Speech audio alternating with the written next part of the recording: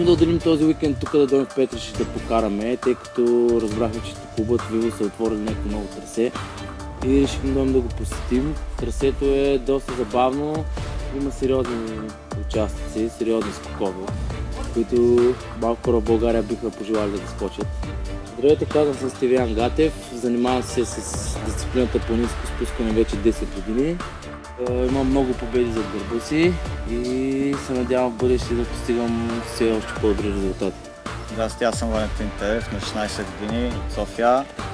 Карам в отбора на Run Bikes. Разгледахме трасето, скоковете изгледаха големи. Моя всъщност само това последния тук е по-труден.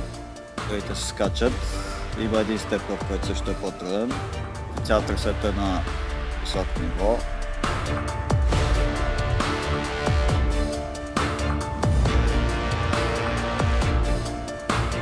Здравейте, Олег Милушев се казвам, от Петрич съм.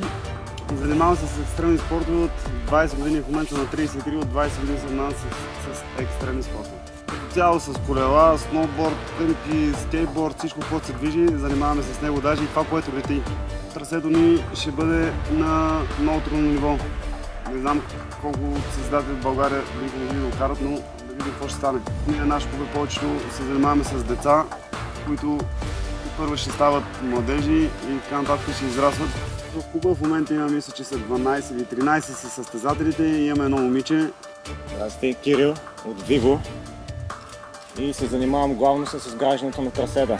Така на майтап почнахме. Преди това беше една туристическа пътека и дори имахме жалби в горското и в природния парк. И затова решихме, че трябва да направим нещо по въпроса и да го прекараме малко по-встрани. И от тогава почнахме да копаем здраво. Интересно нещо е, кръстили сме го Congur RDH, защото самото трасе ще се спуска за около 2 минути, от които 30 секунди са ти във въздуха. Здравейте, Емил се казвам. Годините не са много от значение. От Петрич състезавам се за клуб Vivo от 3 месеца от горе-долу, колко се запалих по този спорт. Направихме едно хубаво трасе тук, за да има къде да спортуват децата и да прекарат повече време в планината. Трасето е малко по-трудно от нормалните трасета в България, с целта е да могат да израстват в спортна насока и да имаме повече медали. За сега клуба ни събира доста от медалите по всяко състезание. Здрасти, аз съм Александър Иванов, на 17 години от Червен бряг. Илян Подолински от Петрич, на 16 години. Казвам се Людмил Ташев, на 16 съм, от София съм и се състезавам за Vivo. На 12 години съм, Йордан се казвам, от Бяла съм, карам за клуб Vivo. Аз съм от клуб Vivo град Петрич. Всеки ден се качваме с моите приятели, правиме нови неща и след това ги тестваме. Здравейте, казвам се Милан Димов, състезавам се за клуб Vivo. Тук сме сега в Петрич, на така нареченото трасе летище Конгур, което е, честане, може би едно от най-добрите места за каране в България на парк райд. Има огромни скокове и мисля, че това е една крачка напред в маунтинбайка за България.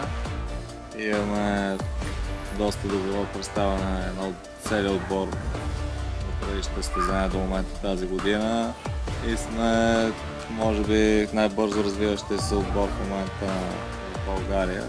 Особено внимание може да обърнем към Теодор Мавродиев, който разпуква навсякъде. Просто зърно става, го раздава на цялата газ.